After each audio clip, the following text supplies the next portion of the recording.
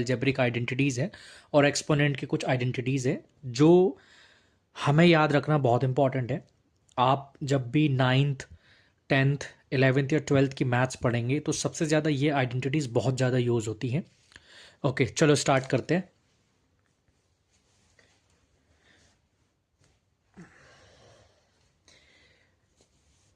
जब हम 8th standard में थे तो सबसे पहले हमने कुछ आइडेंटिटीज़ पढ़ी थी जिन्हें हम अलजेब्रिक आइडेंटिटीज़ बोलते हैं। पहली identity a plus b whole square क्या होता है? A square plus 2ab plus b square. Second identity a minus b whole square. इसकी आइडेंटिटी क्या होती है? A square minus 2ab plus b square. Regular इसी के according third identity a square minus b square is equals to a minus b then a plus b. Fourth one is जब भी कोई factorise term हो यानी quadratic equation हो, सीखेंगे भी आगे धीरे धीरे कि क्वाड्रेटिक इक्वेशन क्या होती है। X square plus a plus b x plus a b is always equals to x plus a then x plus b. Now the fifth one is अभी तक हमने दो वैल्यूज का सम का होल स्क्वायर पढ़ा है, बट अब जो आगे पढ़ेंगे हम तीन टर्म्स का सम का होल स्क्वायर पढ़ेंगे। वो होता है a square plus b square plus c square plus 2ab plus 2bc plus 2ca। Got it?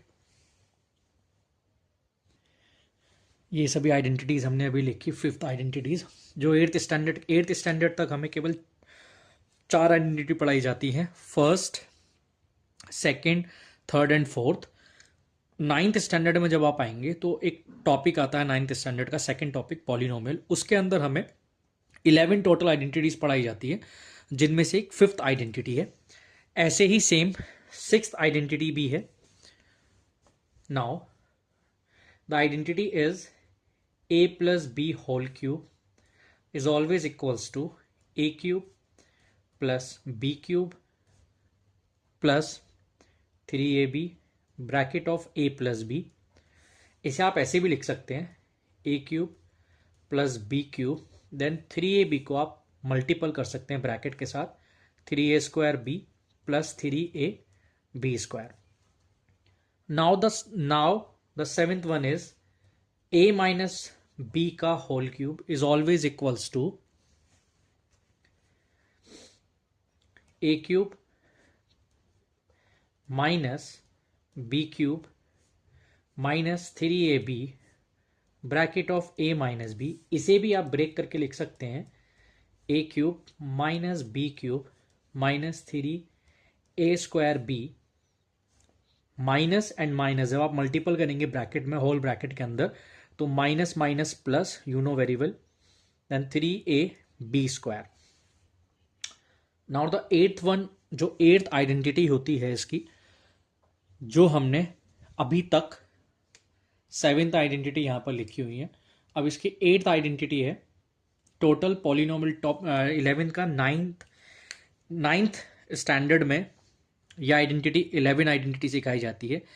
जब आप 10th में जाओगे, आप 11th में जाओगे, तब भी आपको ये आइडेंटिटीज याद रखनी बहुत जरूरी है क्योंकि इनका यूज कहीं ना कहीं होता जरूर है। आगे पढ़ते हैं। इन्हीं दो आइडेंटिटीज से कुछ दो और आइडेंटिटीज निकलती हैं।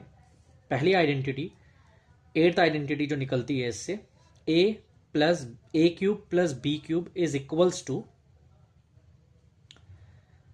क्या होती है identity? A plus b bracket of a square plus b square minus a b. Seventh identity से एक और आइडेंटिटी बनती है जिसे हम नाइन्थ काउंट करेंगे यहां पर।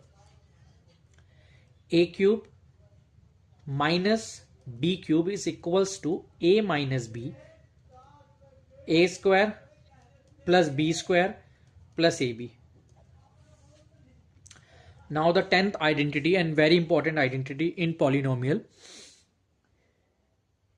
a cube plus b cube plus c cube minus 3abc. जब तीन नंबर्स हों और उनका क्यूब आप करते हैं, अलग अलग क्यूब करके एंड प्रोडक्ट तीन नंबर्स का करेंगे तो एक आइडेंटिटी बनेगी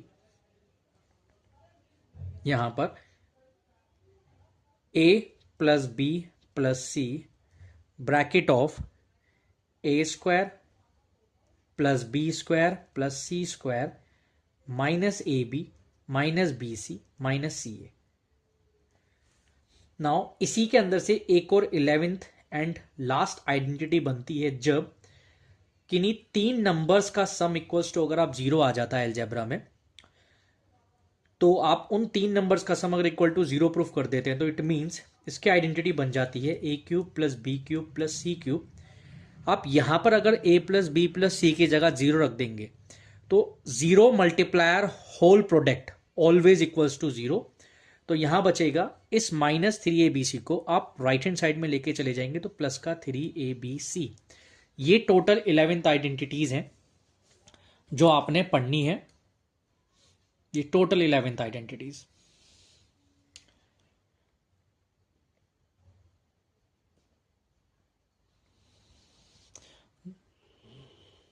चलो अब हम पढ़ते हैं एक्सपोनेंट एंड पावर्स. अभी तक हमने पॉलीनोमियल की 11th आइडेंटिटीज पढ़ी थी. आई होप आपने नोट डाउन कर लिया होगा.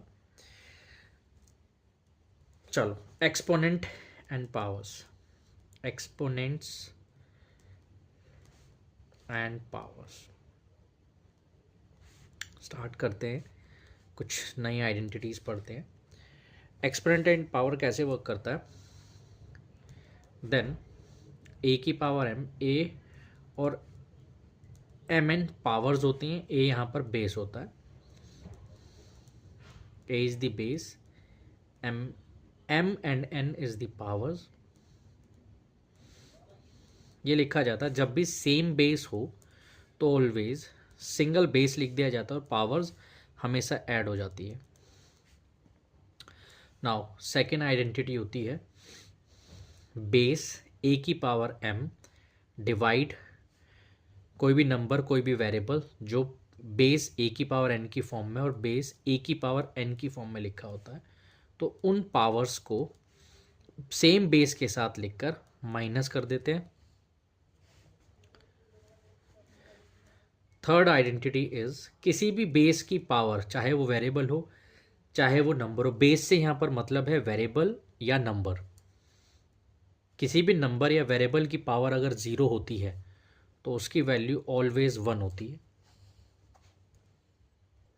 Now the fourth identity is base same A की power M whole power N, तो ऑलवेज बेस की होल पावर, इन दोनों पावर्स को मल्टीपल करके लिख दिया जाता है ए की पावर एम इंटू एन.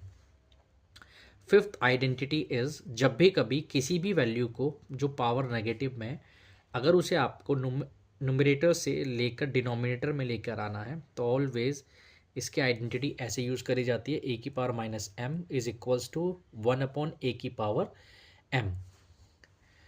आप इसका रिवर्स भी कर सकते हैं. अगर पावर नीचे नेगेटिव है तो आप उसे ऊपर भी लेके जा सकते हैं, यानी उसे न्यूमरेटर में भी वैल्यू को कन्वर्ट कर सकते हैं. नाउ इसकी लास्ट और सिक्स आइडेंटिटी होती है जब भी दोनों बेस डिफरेंट हो एंड होल पावर एम हो तो आप उसे अलग अलग करके लिख सकते हैं ऐसे. वैसे तो अब जो आइडेंटिटी बता रहा हूँ ये ज़्यादा यूज़ नहीं होती है, लेकिन अगर एक्सपोनेंट फॉर्म को आप यूज़ करना चाहें जहाँ पर बेस अलग अलग बट पावर एक हो तो आप उसे ऐसे करके लिख सकते हैं a b bracket of whole power m. These are all the exponent powers identities. ये इंपॉर्टेंट आइडेंटिटीज़ होती हैं. हम इसे in future 9th 10th 11th 12th में भी यूज़ करते हैं और उसके बाद भी कहीं भी आइडेंटिटीज़ यूज़ हो सकती हैं जब भी आप मैथ्स पढ़ते हैं.